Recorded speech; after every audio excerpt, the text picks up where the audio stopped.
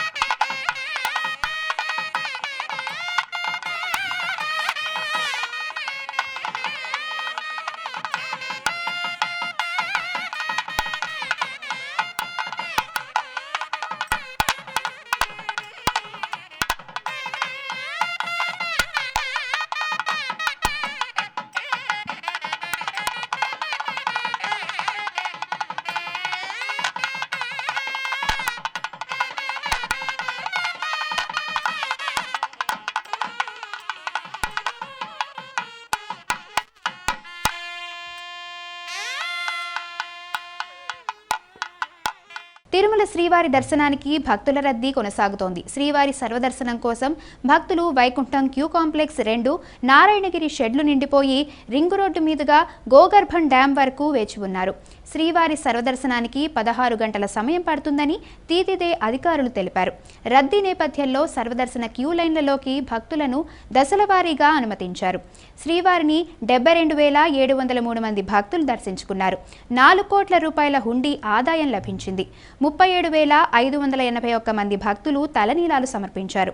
4.34 లక్షల మంది భక్తులు లడ్డూలను కొనుగోలు చేయగా 2.42 లక్షల మంది అన్నప్రసాదాన్ని స్వీకరించారు. ఆది సోమవారాల్లో కూడా తిరుమలలో రద్దీ కొనసాగుతుందని భావిస్తున్నారు.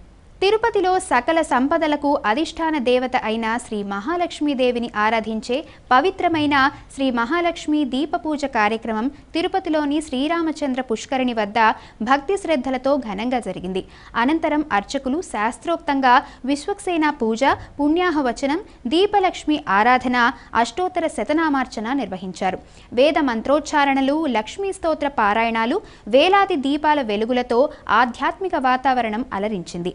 ఈ సందర్భంగా టీటీడీ జేఈఓ డాక్టర్ శరత్ మాట్లాడుతూ ప్రజలందరూ సుఖ సంతోషాలు, ఐశ్వర్యాలతో జీవించాలని సంకల్పించి టీటీడీ అనేక ఆధ్యాత్మిక కార్యక్రమాలు నిర్వహిస్తోందన్నారు. ఈ సందర్భంగా అన్నమాచార్య ప్రాజెక్టు కళాకారులు ఆలపించిన భక్తి సంకీర్తనలు భక్తులను ఆకట్టుకున్నాయి. కార్యక్రమం చివరగా నక్షత్రహారతి, కుంభహారతి సమర్పించారు.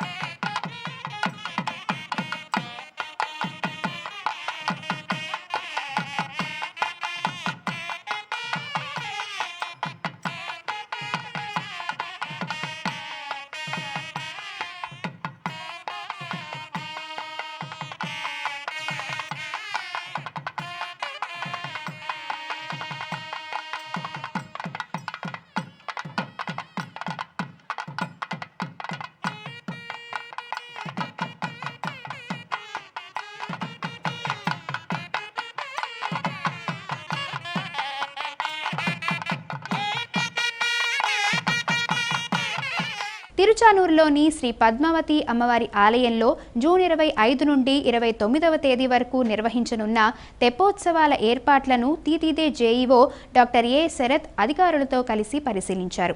ఉత్సవాలకు విచ్చేసే భక్తులకు ఎలాంటి అసౌకర్యం కలగకుండా అన్ని ఏర్పాట్లు పకడ్బందీగా చేపట్టాలని సంబంధిత అధికారులను ఆదేశించారు. ఈ సందర్భంగా తీతీదే జేఈఓ డాక్టర్ ఏ శరత్ ఆలయ అధికారులతో మాట్లాడుతూ ఉత్సవాలకు విచ్చేసే వేలాది మంది భక్తులకు ఎలాంటి అసౌకర్యం కలగకుండా భద్రత, పారిశుద్ధ్యం, విద్యుత్, తాగునీరు, దర్శన సౌకర్యాలు తదితర అంశాల్లో పకడ్బందీ చర్యలు చేపట్టాలని ఆదేశించారు. తెప్పోత్సవాల్లో వినియోగించే తెప్పల ఫిట్నెస్ను పూర్తిగా పరిశీలించి ట్రయల్ రన్ నిర్వహించాలని జేఈఓ సూచించారు. అలాగే విద్యుత్ దీపాల కాంతులతో, పుష్పాల అలంకరణలతో తెప్పలను సర్వాంగ సుందరంగా తీర్చిదిద్దాలని అధికారులను ఆదేశించారు. అమ్మవారి తెప్పోత్సవం 25వ తారీఖు నుంచి ఉంటుంది. దానికి సంబంధించిన తెప్పోత్సవాలకు సంబంధించిన ఏర్పాట్లు ఎలా ఉన్నాయి, ఏ విధంగా ఉన్నాయి, మా అధికారులు అందరం కలిసి దాన్ని ఏ విధంగా మంచిగా ఏర్పాట్లు చేయాలి అండ్ అవన్నీ చూడటం జరిగింది.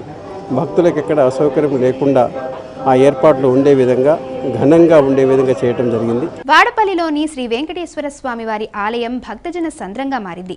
7 శనివారాల నోము చేపట్టిన భక్తులు తెలుగు రాష్ట్రాల నుంచే కాకుండా దేశం నలుమూలల నుంచి ఆలయానికి చేరుకొని మొక్కులు తీర్చుకుంటున్నారు. వేసవి సెలవులు ముగుస్తుండటంతో భారీ సంఖ్యలో తరలివచ్చారు.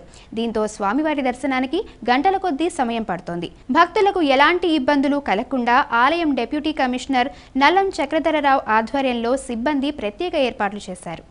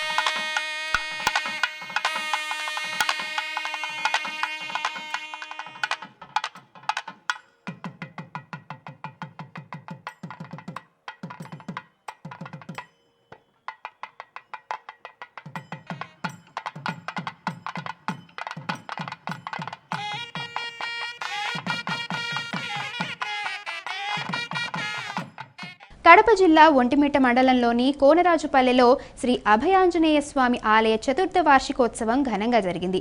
తొలుత స్వామివారి మూల విరాట్కు ప్రత్యేక పూజలు, హోమం నిర్వహించారు. శ్రీ సీతారామ లక్ష్మణ ఆంజనేయ స్వామి వారిని స్వర్ణాభరణాలతో, పట్టు వస్త్రాలతో, వివిధ రకాల పుష్పాలతో అలంకరించారు. అనంతరం వేద పండితుల మంత్రోచ్చారణల నడుమ శ్రీ సీతారాముల కళ్యాణం కన్నుల పండుగ జరిగింది. భక్తులు జానకీరాముల కళ్యాణోత్సవాన్ని తిలకించి పులకించారు. దీంతో ఆలయ ప్రాంగణం జై శ్రీరామ్ నామస్మరణతో మారుమోగిపోయింది.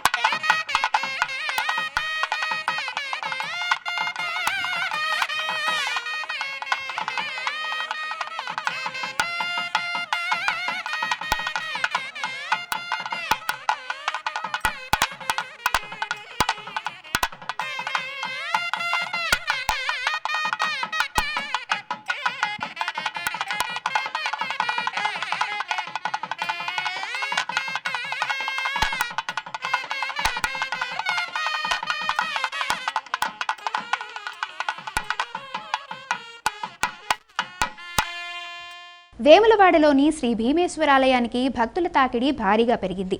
రాష్ట్రంలోని వివిధ ప్రాంతాల నుంచి స్వామివారి దర్శనానికి భక్తులు తరలిరావడంతో ఆలయ పరిసరాలు, ప్రాంగణం, క్యూలైన్లు భక్తులతో నిండిపోయాయి.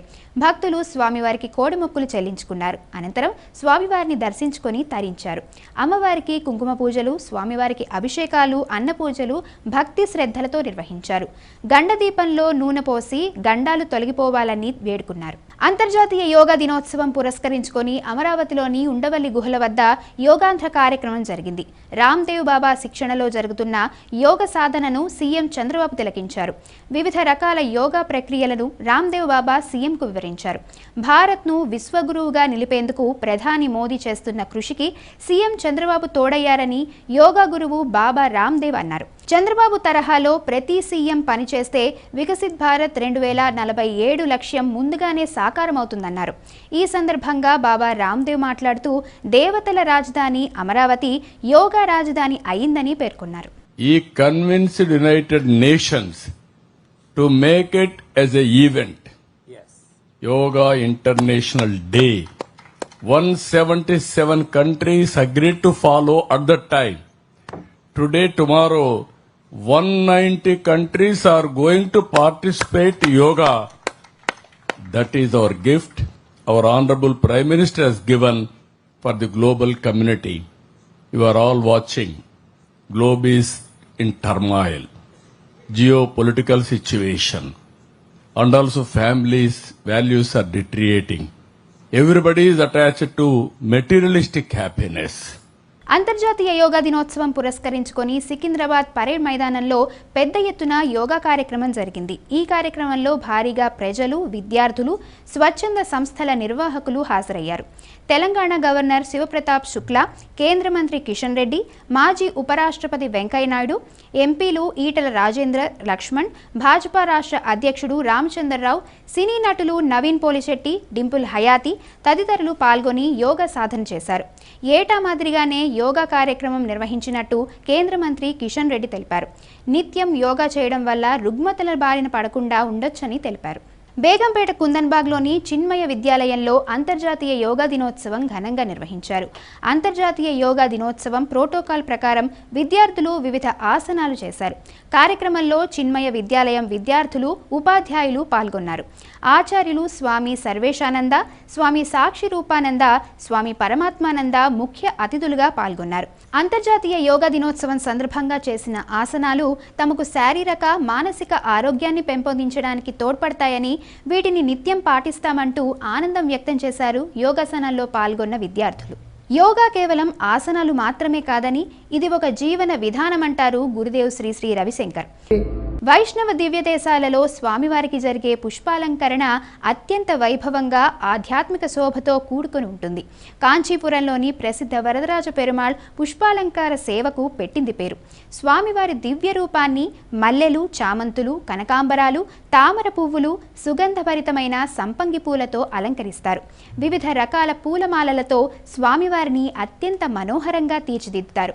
వేసవికాలం ముగింపు సందర్భంగా స్వామివారికి పుష్పాలంకార సేవ అత్యంత భక్తి శ్రద్ధలతో సాగింది. వందలాది మంది భక్తులు ఈ పుష్పాలంకార సేవలో పాల్గొన్నారు. అలంకరణలో భాగంగా దండలు మాత్రమే కాకుండా పువ్వులతో చేసిన కిరీటాలు, శేషతల్పం, స్వామివారి దివ్యాయుధాలైన సుదర్శన చక్రం, పాంచజన్యం వంటి ఆకారాలను కూడా తీర్చిదిద్దారు. పుష్పాలంకార సేవతో పాటు శ్రీ వరదరాజ పెరియాళ్ ఆలయంలో ప్రతి ఏటా వేసవి కాలంలో కోడై ఉత్సవం అత్యంత వైభవంగా జరుగుతుంది. స్వామివారికి జరిగిన కోడై ఉత్సవంలో స్వామివారిని ఆలయం లోపల తిరుమాడ వీధుల్లో ఊరేగించిన తరువాత ఊంజల్ సేవ నిర్వహించారు. వేసవి తాపం నుండి స్వామివారికి ఉపశమనం కలిగించేందుకు సుగంధ ద్రవ్యాలు, చల్లని పూలమాలలు, పండ్లతో అలంకరించి కోడై సేవ నిర్వహించారు. ఈ ఉత్సవాలు 7 నుండి 10 రోజుల పాటు అంగరంగ వైభవంగా సాగుతాయి.